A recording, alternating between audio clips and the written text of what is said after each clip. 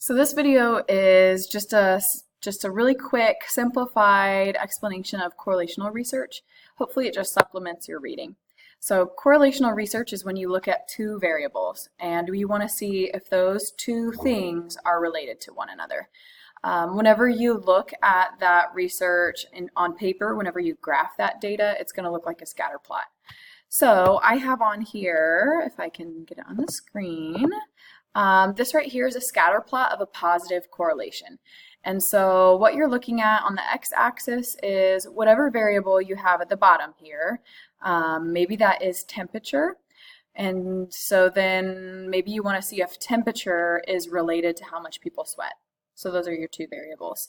And if you're recording maybe the average amount of sweat somebody perspires a month, and then what the average temperature is that month, and you want to see if it rises with the temperature or falls with the temperature, you just plot it on this graph. Maybe on our x-axis would be temperature, and so as you're moving across, this would represent the temperature rising over here, and the y-axis going upward, maybe this would be the milliliters that people sweat.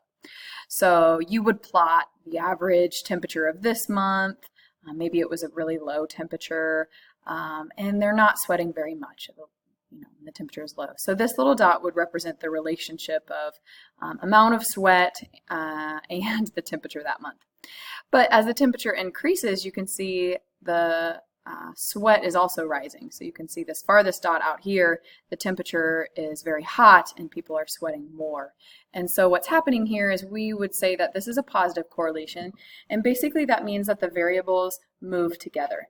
They're either rising together, so as temperature rises, sweat increases, or they're falling together. As temperature falls, so does the amount of sweat that is perspired. So that just means that's a positive correlation. So here, this is called a scatter plot, and if you've got, this is just a drawn in line that kind of gets you an idea of the trend here. Sometimes they call that the line of best fit. But as a positive correlation is just simply, and sorry, my image is kind of in the way there, but it says variables will either rise together or fall together. And that's what's considered a positive correlation. And just the opposite, if you're looking at two variables, and then you plot their relationship and suppose the dots are falling, what's happening is it's actually almost inverse. So if you can see here, let's do temperature on our x-axis here, and let's say we're looking at if temperature relates to the number of people that come to school wearing coats.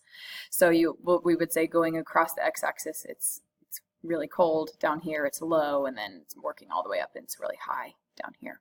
Okay, so then over here would be the number of people who come to school wearing coats, and it's very high when you get to the top. So a negative correlation would mean that one rises while the other falls, or one falls while the other rises, but they're related. So let's say the temperature is really low, so it's really cold. That means more people are wearing coats. But as the temperature rises, you can see the dot over here, less people are wearing coats to school. And so they're still moving in kind of in tandem. They're just going in opposite directions of one another. And so they are related. As temperature increases, then less people want to wear coats to school. As temperature decreases, then more people want to wear coats to school. And so that's just meaning it's a negative correlation. And so what will happen is when you plot those dots, they will start to stagger down.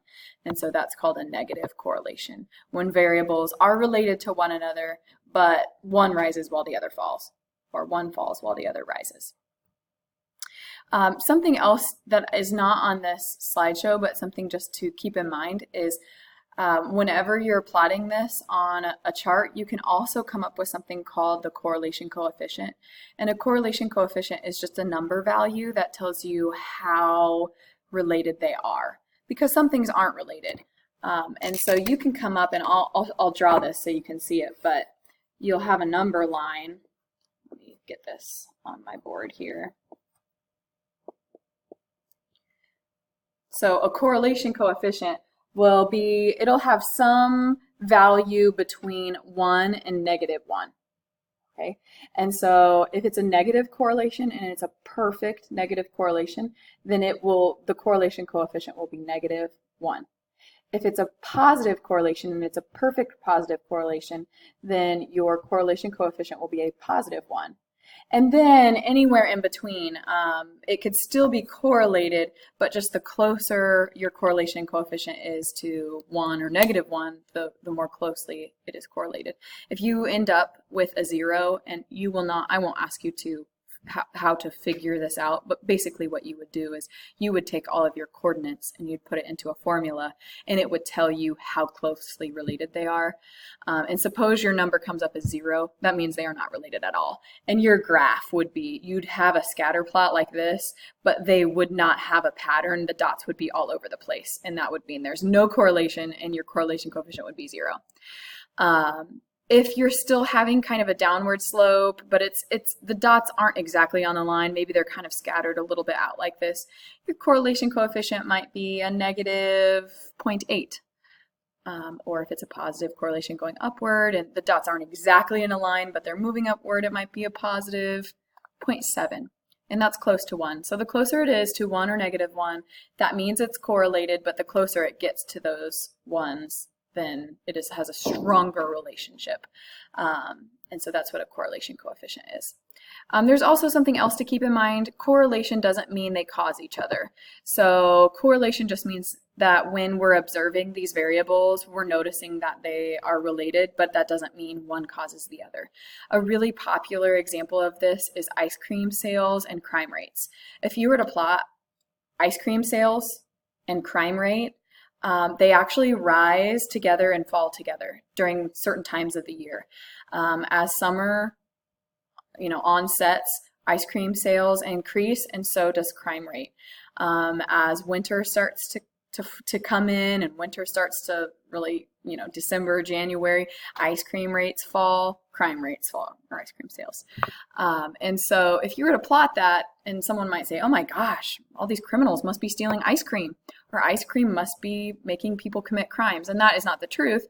They're related, and what's related about them is the temperature and the time of year. We see more crimes occur in the summertime, and we see more people buying ice cream in the summertime.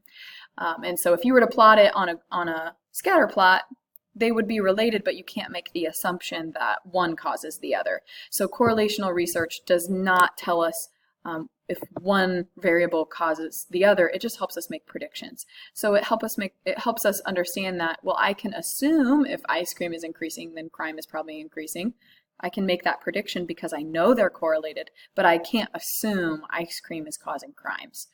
And so that's one thing about correlational research that you really have to understand is it's not causation. If you want to find out causation, you have to conduct an experiment where you control all the other variables and you only change one variable to see if that variable is creating an effect.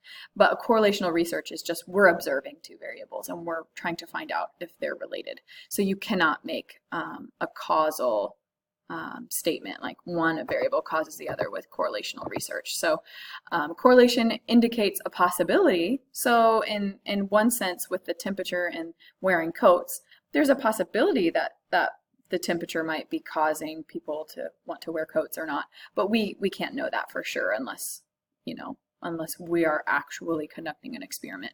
Same thing with ice cream. We cannot know for sure that ice cream is causing crime rates to increase when we're looking at a scatter plot. We would have to understand that there could be another variable that's causing it. Okay, we're going to go ahead and stop there. So I hope that kind of helped you understand correlational research a little bit better. If you have any questions, definitely see me, but hopefully that kind of cleared up correlational research for you.